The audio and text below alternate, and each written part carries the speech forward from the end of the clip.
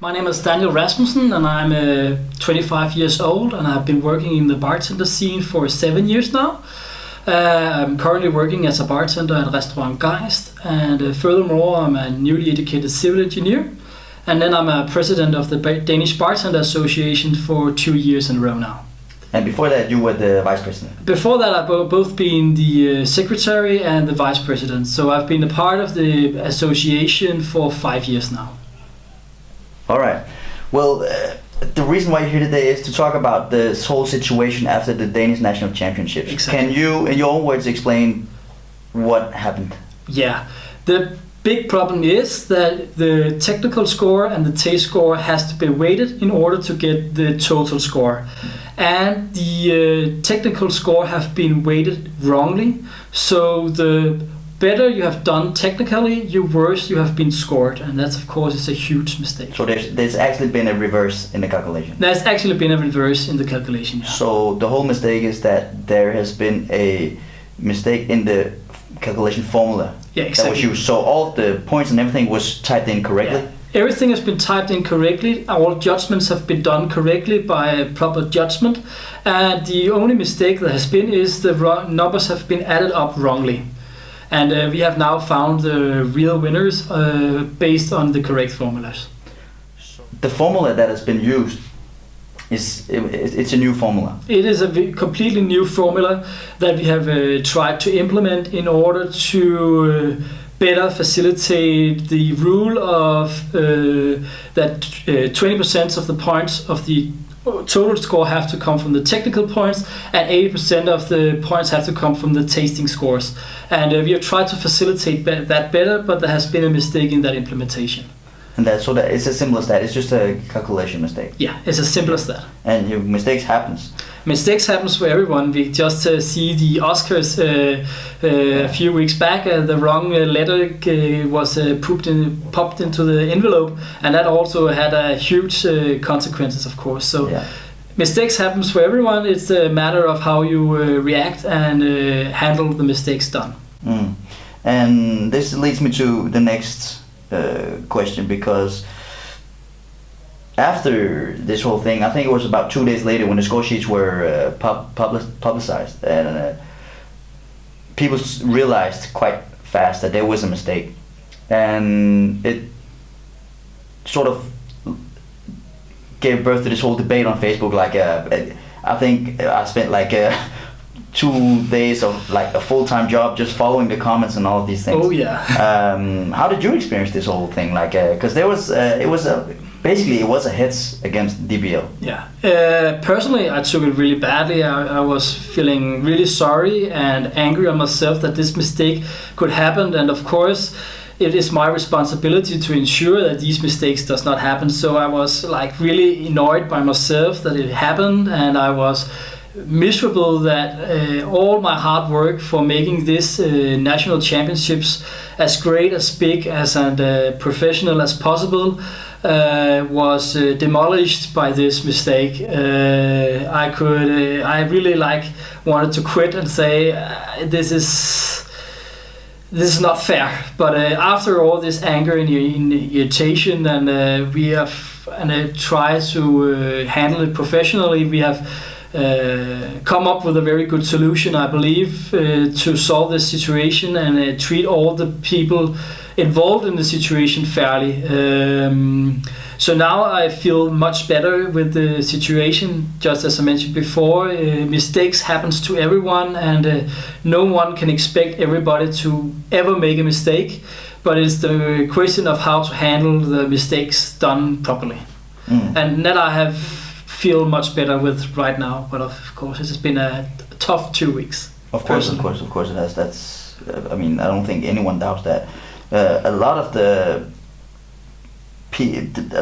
discussion and debate has been about, of course, the what happened, which you just explained, like what was the mistake, but also a lot of people have been asking questions about, the relevance of DBL, like where does DBL belong and what do they sort of give to the cocktail scene. And I find it a bit ironical because I know DBL has about 100 members, and out of those 100 members, I don't think maybe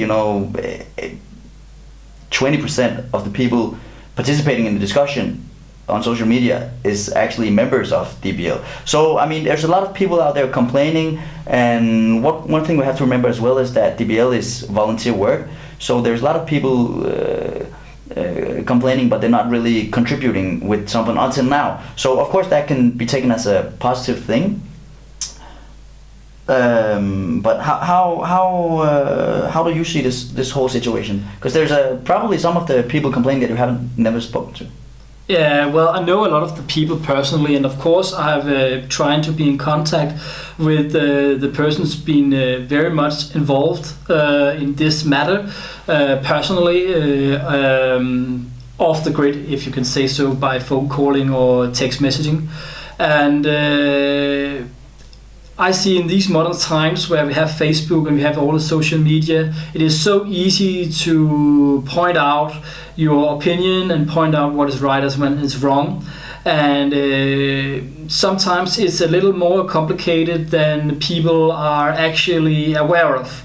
So I really like this discussion, and I actually think it's a very positive thing that people present their opinion and present what they think and what they believe.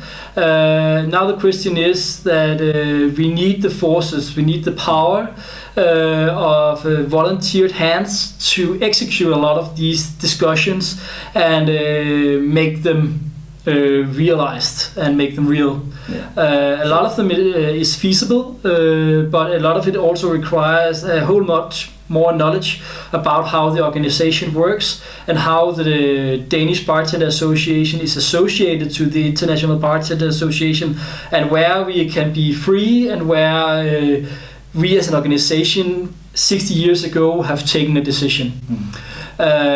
So I would, I really love this discussion, and I think it's been interesting to follow it.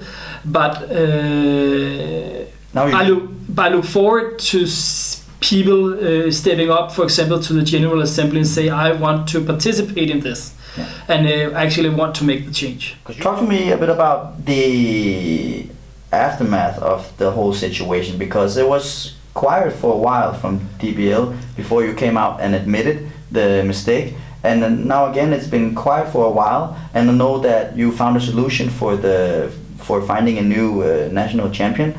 So it's been, I think a lot of people are a bit frustrated about that, because it's been really quiet. Yeah. What has been going on? What has been going on is that when 7 people have to meet up on a volunteer basis and to agree upon stuff before anything can be published, that takes time, especially when it's volunteer work, and we have to keep track on our own living and our own jobs first of all. So all processes that have to go through an organization takes time, and of course I would love to have it have happened much faster and much more immediate. But that is the thing you have to realize about organization work. It takes time because a lot of people have to be involved and have to be agreed upon.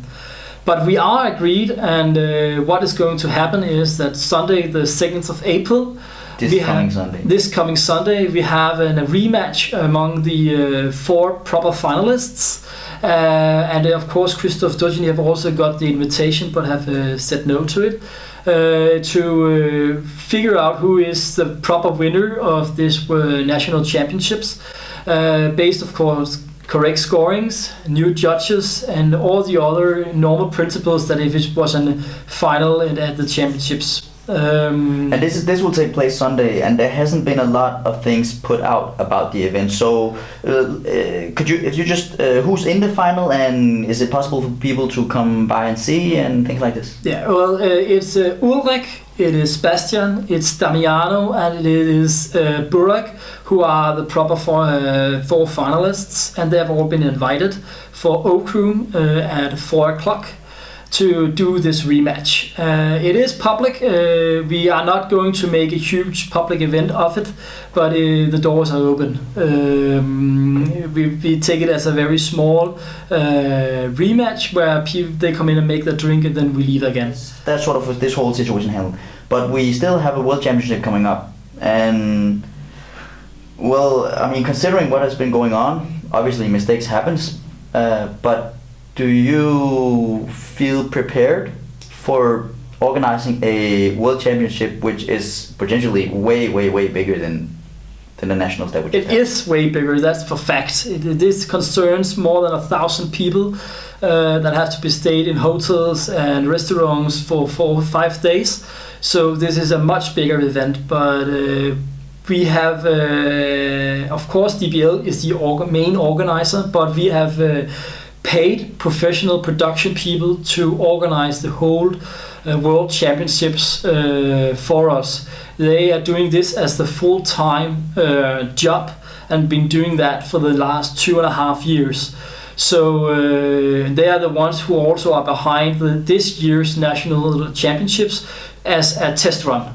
So all the organization is handled by professional people who do this for a living and not a volunteer basis where all sorts of other priorities have to be maintained, even though this event is very big. So with all the people I know that's involved in this and all the people I've been talking to regarding the World Championships, this event is taken very good care of.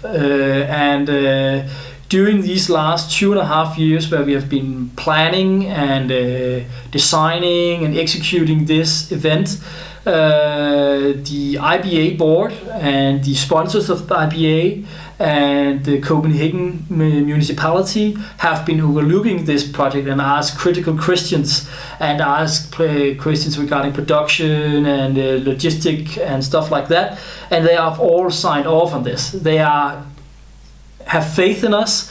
They are agreeing upon that what we are doing is correct and done professionally, and they are sure about this. So you feel prepared and you feel safe? I feel safe and I feel prepared. I'm also feel anxious, of course. I'm excited to see this event being realized and looking forward to the tough work ahead.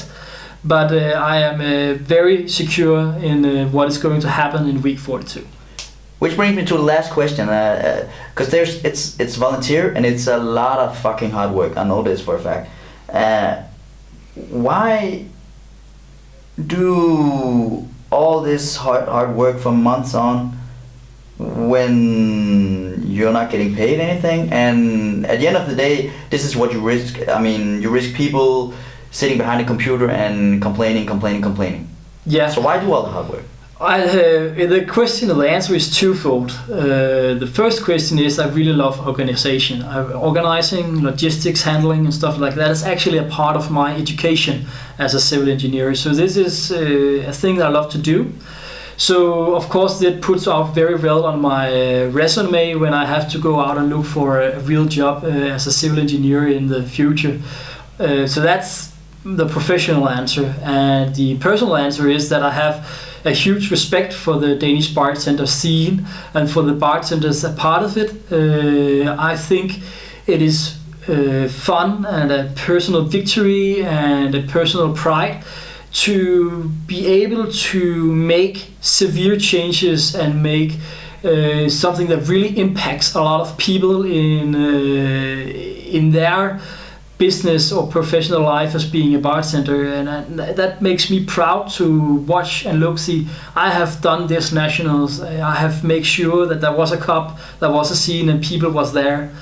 So it's a huge personal encouragement for me. And of course there are a lot of negative questions and comments and remarks about what I'm doing and what I'm standing for. But that will always when you're trying to make a difference in anything. Difference always comes with negative remarks, but they also come with a huge amount of positive remarks, and they are much more important for me, and they fill me up much more with all this positive energy than the negative remarks do.